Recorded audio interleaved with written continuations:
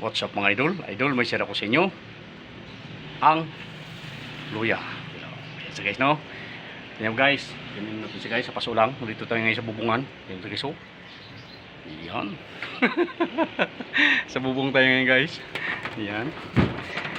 Guys, share ako sa inyo ang luyang dilaw. Ayan ba guys, ang luyang dilaw is mabisa ito lunas. Doon po sa Kinakabagan sa umaga, ilagay nyo ito guys, maganda ito, maraming gamot ang luyang, itong luyang dilaw. At saka so, tanim natin guys, oh, tanim lang naman yan, sa paso lang pwede na.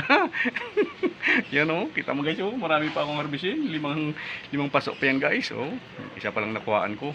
Yung iba naman guys, na mga malilit, tinanggal ko na. Actually guys, nugasan ko na to. Tanim din natin siya ulit.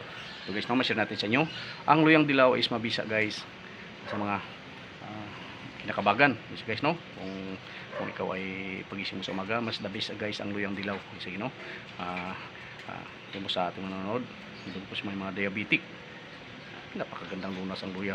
Sige, no, ito guys ang nabagay natin mga kanatin guys, no, na ang luyang dilaw is mabisa para sa lunas. Sige guys, no, maraming kapatid ito guys, isa-isa lang naman natin. Doon lang muna tayo sa mga pag hindi kinakabagan ka, guys, no, para kung gusto ko kasing tabi sa mga kumakain, kung gusto mo makautot, para makautot ka, guys, maganda ang luyan nito, luyang dilaw. Yes guys, no, marami ito guys. Yes guys, no, kaya tayo nagtanim ngayon guys, kaya sa paso lang. Yan guys, tingnan nyo, oh, kadami. Yan guys, yan guys, no. So ang luyang dilaw guys is napakabisa sa mga lalo na guys kung ikaw may gout, madabes ang luya. Kung doon naman sa mga alam mo guys, doon sa mga bagong panganak ko pagka naliligo nito, yung mga pasma, yung dahon nito guys, dinidiktik at tinalalaga. Yun ang pinang hugas. Yes guys, no. Ayun, sa bubong tayo ngayon. Yes guys, no. Yan. Yan guys, ang luyang dilaw. Napakabisa ito. Lunas sa mga dito guys, kung ikaw ay may amoy pawis, bisa guys ang luyang dilaw. Okay, no?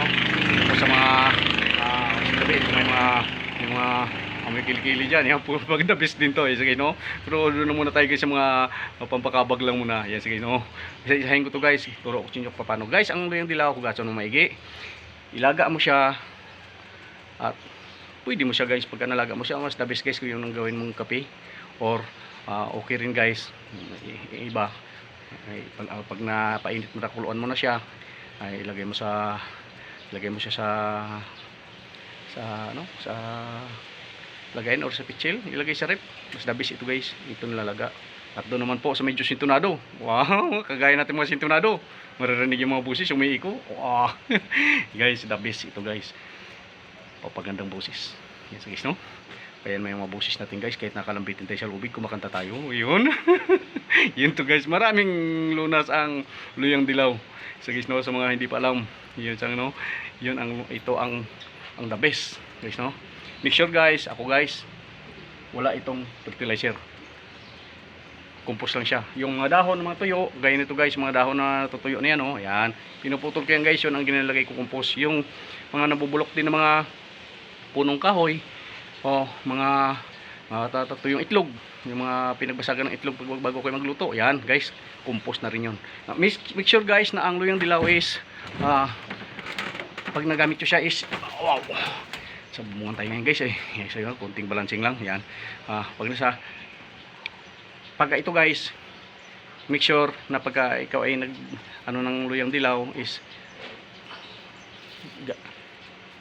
doon po sa gustong papatining ng busis. Yes guys, ako guys, nangunguya ako nito. Yes guys, no, nangunguya ako nito guys. Ito ang silbi chewing gum ko. Yes, no, pag naglakad-lakad ako guys, pag tayo nagbibiyahe ng motor, nakanguya tayo ng chewing gum natin. Ang chewing gum natin guys is luyang dilaw. Yes guys, no. Yes guys, no, may mapatining na busis.